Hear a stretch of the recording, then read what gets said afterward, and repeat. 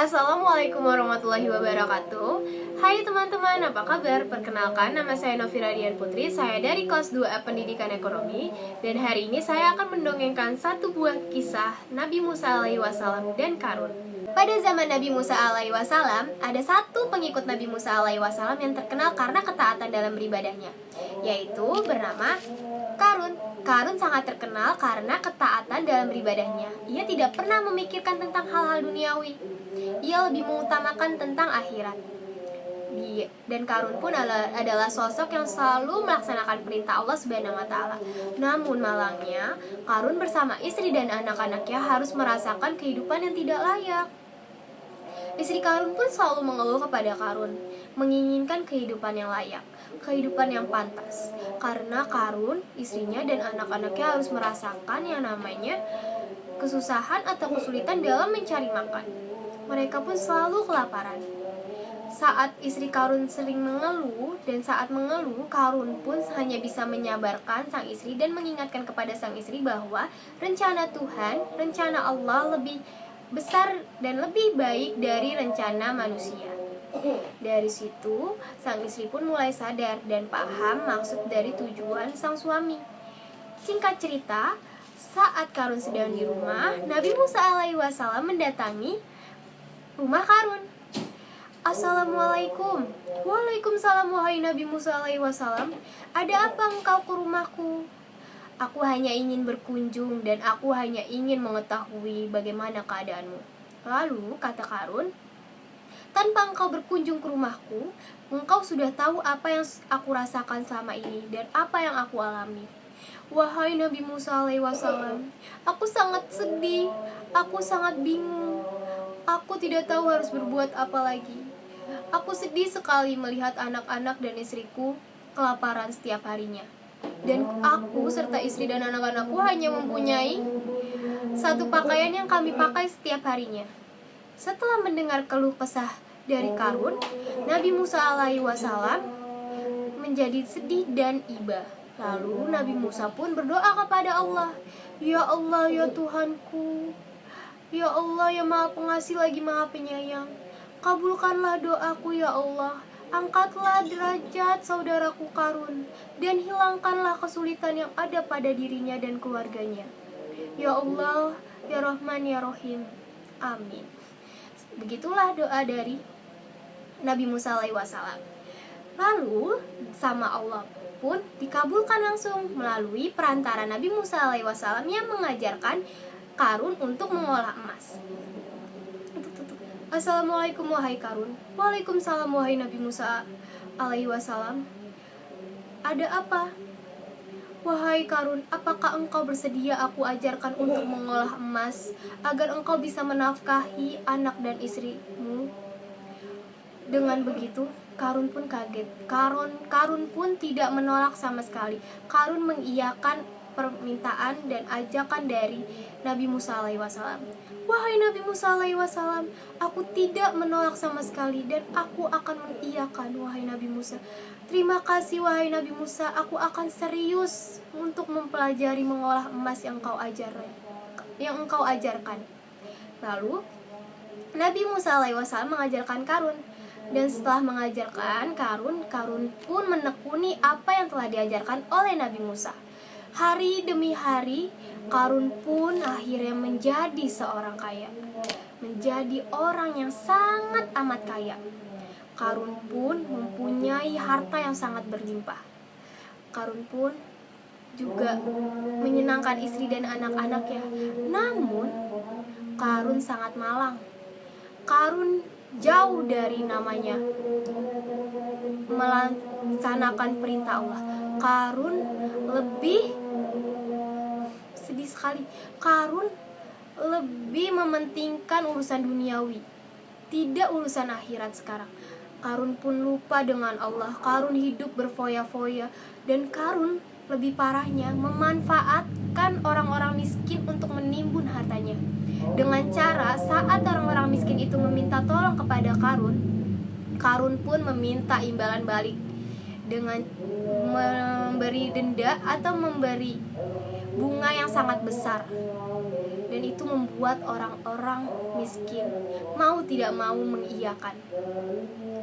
Singkat cerita, Qarun pun saat sedang santai, Qarun didatangi oleh utusan Nabi Musa alaihi wasallam untuk meminta zakat, karena Qarun adalah orang yang sudah mampu dan orang kaya yang harus memberi zakatnya kepada orang-orang yang tidak mampu. Karena setiap kita mempunyai rezeki, setiap kita menjadi orang yang mampu, ada sedikit rezeki orang lain yang ada di diri kita, yang ada yang kita miliki. Assalamualaikum. Waalaikumsalam. Ada apa engkau kemari? Wahai Qarun, kami adalah utusan Nabi Musa alaihi wasallam. Kami kesini hanya ingin meminta zakat kepada dirimu. Lalu apa kata Qarun? Wahai engkau, aku sudah memberi zakatku setiap hari kepada orang-orang yang meminta tolong kepadaku. Wahai Qarun, engkau menolong mereka juga tidak dengan ikhlas. Engkau memberi denda yang sangat besar kepada mereka. Tidak, mereka tidak kesulitan dan mereka tidak keberatan dengan denda yang sudah kuberikan. Itu kata Qarun. Dengan sombongnya dan lantangnya, Qarun berbicara seperti itu. Wahai Qarun, ada rezeki orang-orang yang ada di rezekimu. Wahai Qarun, bayarlah zakatmu untuk orang-orang yang membutuhkan. Tidak, aku tidak mau. Jika aku memberikan zakatku, engkau akan terus-terusan meminta terus setiap harinya dan akan menguras kekayaanku. Wow. Qarun pun menjadi sangat tamak, serakah, dan sombong. Dua utusan Nabi Musa alaihi wasallam pun kaget dengan ucapan Qarun. Wahai Qarun, apa engkau tidak mengingat siapa yang mengajarkanmu mengolah emas hingga akhirnya engkau menjadi orang kaya? Qarun pun berbicara, diam kamu, tidak ada urusan dengan itu. Wahai Qarun, apakah engkau tidak mengingat apa ajaran Allah kepadamu, apa yang diberitahu oleh Nabi Musa kepadamu? Dan engkau tidak tahu balasan apa yang akan kau terima nanti jika Allah sudah marah padamu. Diam kamu, tidak usah berbicara seperti itu, kata si Qarun. Lalu utusan Nabi Musa alaihi wasallam pun pergi akhirnya kepada Nabi Musa. Tuk. Assalamualaikum wahai Nabi Allah Musa alaihi wasallam. Waalaikumsalam wahai saudaraku. Ada apa engkau kemari? Apakah engkau sudah melaksanakan perintahku untuk menemui Qarun? Kami telah melaksanakan perintahmu wahai Nabi Musa alaihi wasallam.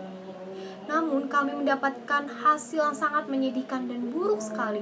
Kami mendapatkan perkataan yang tidak layak yang diucapkan oleh Qarun kepada engkau. Apa kata Qarun kepadaku? Wahai Nabi Musa alaihi wasallam, Qarun berbicara bahwa engkau hanya ingin menguras kekayaannya dan ingin merebut semua hasil kekayaannya. Astagfirullahaladzim. Nabi Musa alaihi wasallam terkaget dengan apa yang diucapkan oleh Qarun. Namun akhirnya Nabi Musa alaihi wasallam karena sedih dan kaget, Nabi Musa hanya bisa berdoa kepada Allah. Ya Allah, ya Tuhanku, tolonglah kabulkan doaku ya Allah. Ampunilah segala dosa-dosa Qarun dan tolonglah ya Allah.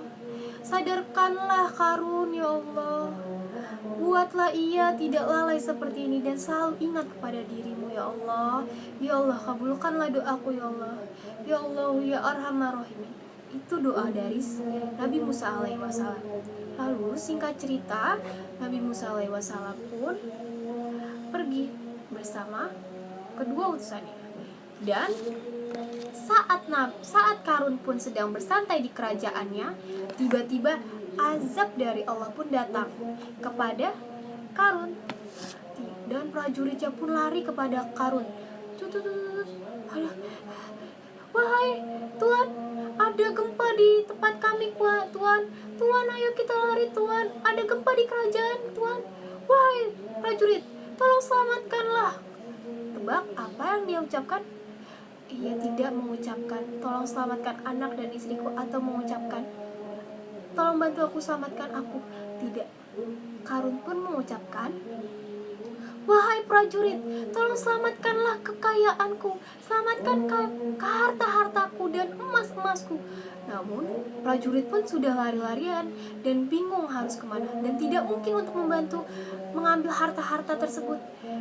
Lalu, prajurit pun berbicara, "Tidak sempat lagi, Tuan. Mari kita pergi keluar dari kerajaan ini, Tuan." "Tidak, cepat lari. Cari tempat untuk selamatkan kekayaanku." Prajurit pun tetap lari keluar. Dan Karun, apa yang dia lakukan? Karun terus berlari ke suatu tempat yang ia taruh. Karun terus berlari ke tempat emas-emas yang ia tempati. Tolong hartaku," kata Karun. "Tolong hartaku, tolonglah hartaku." Dan saat Karun ke tempat perhiasan-perhiasannya, emas-emasnya, Karun pun akhirnya tenggelam bersama harta-hartanya. Tenggelam dengan harta-harta yang ia miliki di dalam tanah. Wah, dari cerita ini kita bisa ambil makna bahwa menjadi seseorang itu tidak boleh menjadi tamak, serakah, dan kita tuh harus tahu bahwa setiap rezeki yang kita miliki ada rezeki orang lain di rezeki kita. Dari cerita ini banyak pengalaman yang bisa kita ambil. Janganlah seperti Karun yang tamak, serakah, dan tidak tahu diri, dan jadilah seorang yang rendah hati, mengingat kepada Allah selalu, dan jangan pernah lupa akan perintah Allah jika kita sudah diberi kenikmatan oleh Allah Subhanahu wa taala. Wassalamualaikum warahmatullahi wabarakatuh.